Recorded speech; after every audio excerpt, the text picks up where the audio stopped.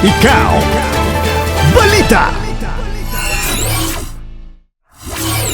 Benepisyo sa itlog. Kabalo ba mo na ang itlog adunay dakong benepisyo sa atong lawas? Makahatag kini og protina, bitamina ug mineral nga mapuslan sa atong lawas. Matod pa ni Francisco Jimenez nga usa ka cardiologist, ang itlog nagahatag og kumpleto nga protina nga makatabang sa pagtukod ug paghiuli sa mga kaunuran, og nagahatag pod og bitamina A, D, E, B12, mineral, folate ug kulin. Ang itlog usa sa mga dali lutoon ug barato pagyud. Dali ra mapalit sa tindahan.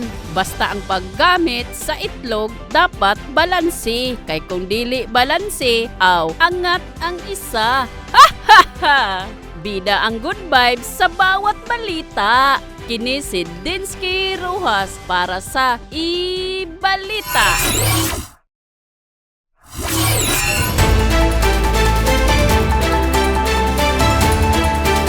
Ikaw, balita!